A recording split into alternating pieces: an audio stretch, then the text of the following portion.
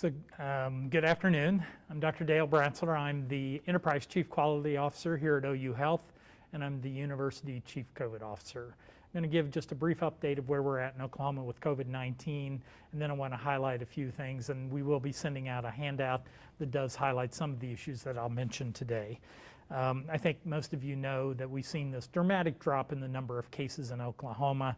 As of today, we're still second in the nation in the per capita number of cases in the state, but I want to put that in perspective. We only have 49 new cases per day per 100,000 population. Remember on January 12th, we were at 103 new cases per day on average per 100,000 population. So there's been this enormous drop in the number of cases per day. As of today, we're up to 409,401 cases in the state. The death rate continues to go up, 3,948 deaths, with 48 more deaths reported in Oklahoma today. The 7-day rolling average, though, continues to drop, which again is just really great. We went from 4,256 cases a day on January 13th. Today we're down to 1,762 new cases per day on average. That's a 59% reduction in the total number of cases per day in the state. As usual, the population centers in Oklahoma continue to have the most cases per day, with Oklahoma, Tulsa, Comanche, and Cleveland County topping the list of new cases that were reported today, but that's characteristic because of the population of those counties. But when you look at the county incidence per capita, again, per 100,000 population, Harmon County continues to remain at the top of the list with 113 new cases per day per 100,000 population. But remember, Harmon County has a very small population, and that actual number of cases per day is quite small, only about 3 cases a day for that entire county. Oklahoma County, on the other hand, which is the most populous county in the state, is down to 37 new cases per day per 100,000 population. The other point I wanted to make was testing. Obviously, the very cold and inclement weather is going to cancel many testing sites, so I think we're going to see testing numbers drop off fairly substantially. In the first 3 days of this week, there have been 47,000 tests reported. The good news is that of all the specimens tested in the state, only 7.7% were positive. The last week of December, we were at 19.1% of tests that were run were positive. So we've seen a big drop in the number of tests that are being run that actually come back positive, which is a very good sign. Finally, if we just look at acute care hospitalizations, we are down to 807 acute care hospitalizations as of yesterday. That's a 60% reduction since we peaked out at 1,994 on January 15th. So again, all the signs go the same direction with reduced numbers of cases, reduced positivity of our tests, and reduced numbers of people in the hospital. So all very, very good news. In the handout, I put a few other things just to mention. I included the material that I put in last week about variant strains because I think it's very, very important that we keep track of the number of variant strains. And I updated the numbers that CDC reports. In the United States, there are now 932 cases of the UK variant that have been identified. But remember, that's only of the strains that have actually been tested. I suspect there are many, many more cases of the UK variant. There have been 9 cases of the South African variant noted in the United States, and now 3 cases of the Brazil variant identified in the United States, 2 in Minnesota and 1 in Oklahoma. So Oklahoma has one of the few Brazil variants that have been identified in our state. So that's important because remember, the Brazil variant is one that we have some concern about because the current vaccines and previous infection, the natural immunity that occurs from previous infection, may not protect you from the Brazil variant. So there's only been 1 case in the state, but again, is it more widespread if we did more genomic testing? It's hard to know. Second point I wanted to make is the very obviously cold weather, the upcoming snowstorm and other things have caused many vaccination sites to have to cancel, reschedule, and I and many others have been receiving many questions about what do you do if your vaccine clinic has canceled. Again, I want to highlight that a few weeks ago the CDC changed their guidance on vaccine dose timing so that people who have gotten their first dose of either Moderna or Pfizer vaccine can get the second dose within the first 6 weeks after their first dose. So again, the fact that your vaccine clinic got canceled doesn't mean that your second dose won't work. It will. It's a booster dose, and it's acceptable, according to the CDC, to get it up to 6 weeks after your first dose.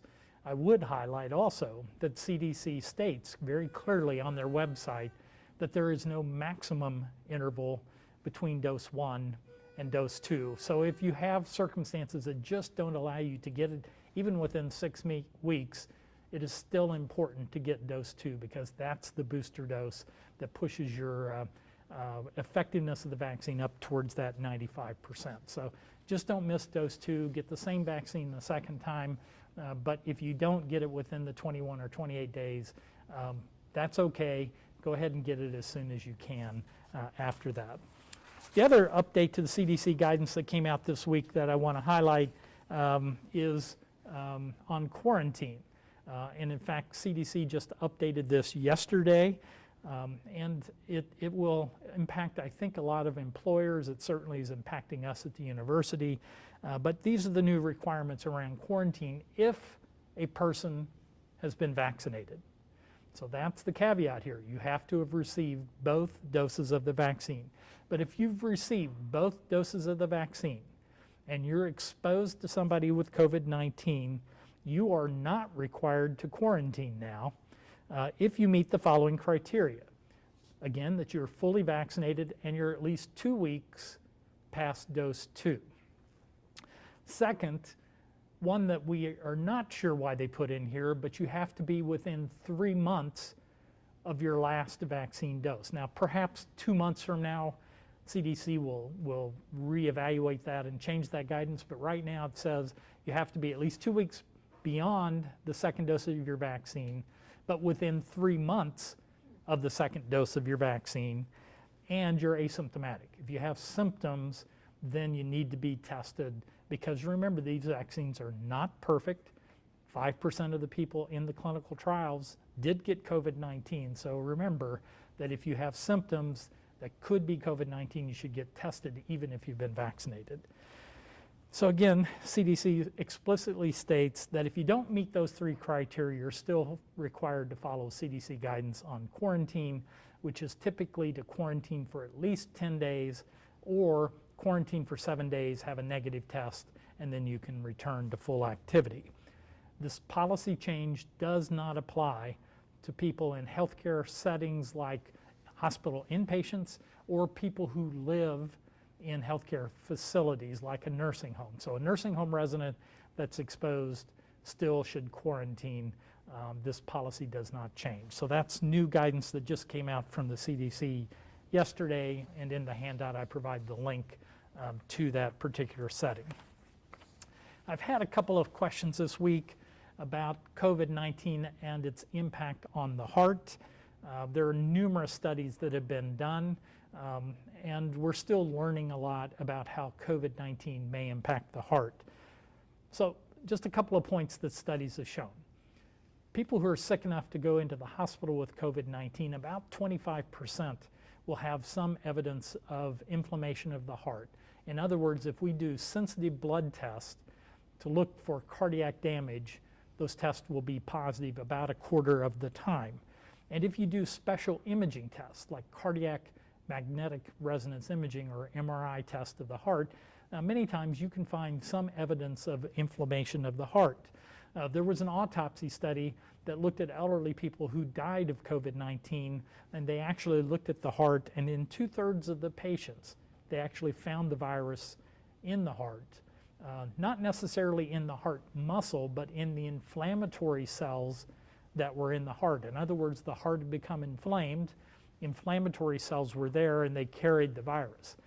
Remember that in COVID-19 we know that the late stages of the disease are characterized by inflammation and immune system response, so it wasn't surprising that they found inflammatory cells with the virus in the heart, but they found it in 2/3 of the patients.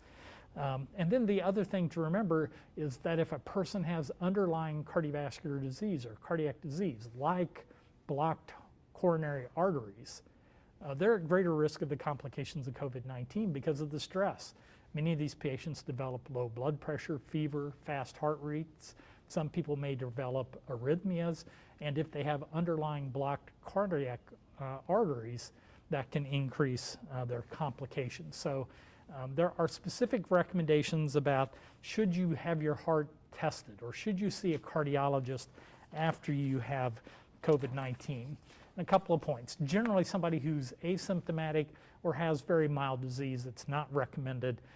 It's not even recommended for some elite athletes if they had very mild disease or no symptoms of the disease. In young athletes, the bigger concern than cardiac involvement is the multisystem inflammatory syndrome in children, or MISC, that can occur and can involve the heart, that inflammatory condition. So if you have a young person who's had mild to moderate disease, moderate to severe disease, then guidelines actually do recommend that they consider having an evaluation for inflammation. And finally, there are specific guidelines that most sport teams already follow. If you have elite athletes who have a moderate to severe episode of COVID-19, then they definitely do additional cardiac testing on those patients because of the severe stress that they put on their heart as an elite athlete. So being an elite athlete actually helps protect you from some of the complications of the disease. Healthy people don't get as sick. But if they do have severe disease, it can impact the heart, and there is concern, and there are specific guidelines that most sport teams already follow to have cardiology evaluation of the heart. The last thing I thought I'd mention is remember that something we've talked about before, but COVID-19 causes blood clots. Up to 25% or 20% of hospitalized people who have COVID-19 will develop blood clots, most commonly in the veins. And sometimes those clots that are in the veins will break loose and go to the lungs, which can cause sudden death, but also can cause severe trouble with breathing.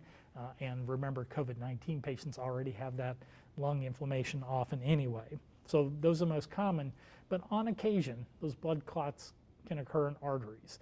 And I remember several months ago, I highlighted a study that came out of New York of some relatively young people in their 50s who came in with COVID-19 and strokes. We know that it can cause arterial clots, it can cause strokes, heart attacks, amputations, and in patients with severe COVID disease, kidney disease is actually quite common, and one of the proposed mechanisms is that they develop blood clots that then impact the kidneys and reduce kidney function. So blood clots can definitely occur and very, very closely tied to cardiovascular disease. So those are some of the updates for this week, and I'm happy to answer any questions. Wow. There were a couple questions that came up regarding some of the previous information you were saying. One of them was when you were talking about the cases dropping but the deaths not. Cassie with the Frontier was wondering, does this match national trends? Well, so nationally, the total number of deaths from COVID-19 have been coming down. I still think that the deaths that we're seeing from COVID-19 in Oklahoma largely stem from the fact that we had such a huge peak in hospitalizations in our state. So if you look at yesterday's data, of those people that are in the hospital, still about 1/3 of them are in the intensive care unit. And those people clearly have a higher mortality rate. The first week of January, we had somewhere around 500 people in intensive care unit beds. And talking to one of my colleagues on our critical care team, talked about the people that are laying in the hospital for weeks on ventilators, suffering with COVID symptoms, and some of those patients die. And so those are quite delayed after their initial case was diagnosed. So I think that's part of what we're seeing still, is that a substantial number of the deaths are occurring in people who've been hospitalized, may have been hospitalized for weeks, and reflected that big peak in the total number of cases that we had in late December, early January. Okay. When you were talking about that we had the case of the Brazilian case that was here in Oklahoma, and that there might be more if if we were doing more of the genomic testing. So how is that working in Oklahoma? So was it like just a percentage of the tests are being sent to the CDC for, how does that work? Yeah, so the CDC is doing some random testing of viral strains from all the states now. They're sampling. I don't know the exact proportion or number of samples they test from Oklahoma each week, but they have implemented that as we've seen more of these variant strains across the country. And so that's where it's primarily being done. We've been having conversations here about whether we can do some of the genetic sequencing here, which we have the facilities and capability in our microbiology department to do. We've been talking about what strategy we might use then to actually sample viral strains to see, if we identify some of these variants in our state.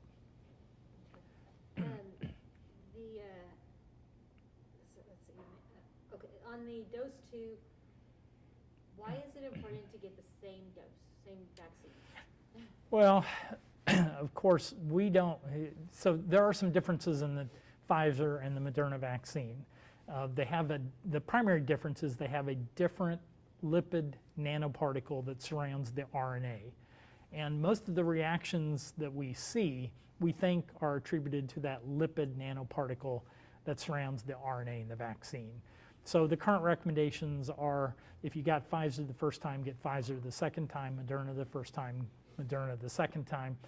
There simply are no studies of what happens if you switch from Pfizer to Moderna or Moderna to Pfizer. There just are no studies to tell us what to do. So we strongly recommend that people get the same type of vaccine for their second dose, which we think is the safer approach. Because now, if you get Pfizer the first time, maybe you didn't react, but you get Moderna the second time, maybe you might have a reaction that was unanticipated. So I just think that's really important. But remember that timeline, 21 or 28 days, to a certain extent, it's a bit arbitrary. That's what was studied, and that's why Fauci and others continue to promote that, try to get it as close to those timeframes as possible, because that's what the company studied when they did the vaccine studies. But we don't know whether 6 weeks works just as well, or 10 weeks or 12 weeks. We just don't know that. This is a booster dose, and as I've mentioned before, a number of countries around the world have decided to delay the second dose and focus on first dose to get as many people as they can with a first dose, because we know the first dose is pretty effective at preventing COVID-19, and then they'll follow up with a second dose strategy after they've gotten as many people as they can with a first dose to slow down the spread of the virus. We're not doing that in the United States. That's not a recommendation currently, but again, CDC says you can get it anywhere up to 6 weeks after the first dose, but let's say you miss it at 6 weeks. Still get it. Get the second dose. That's the booster that really helps to ramp up your immune system. Okay. About the cancellations, and you're of course talking about getting your second dose, do we have any idea if that would impact vaccine supply? Yeah, I think cancellations of the clinics usually don't impact vaccine supply. So I can only tell you what we do. So we have 2 clinics coming up in the next 2 days. We're using the frozen Pfizer vaccine currently, and we won't thaw the doses. If we had to cancel for weather for some reason, we simply won't cancel. We won't thaw the doses, so we'll still have them. It won't impact our supply. Where you get into trouble with these 2 vaccines is if they've been thawed already, particularly if they've already been drawn up into syringes. Then you're on a clock. You've got to use them or they are wasted. But I think most of us have gotten pretty good about predicting how many we need to thaw, predicting how many we need to draw up, and we try to make sure that we use every single dose that we've drawn up to get it into a patient's arm. Do not have any other questions? All right, well, I hope everybody stays safe in this cold weather and the storm that's coming up.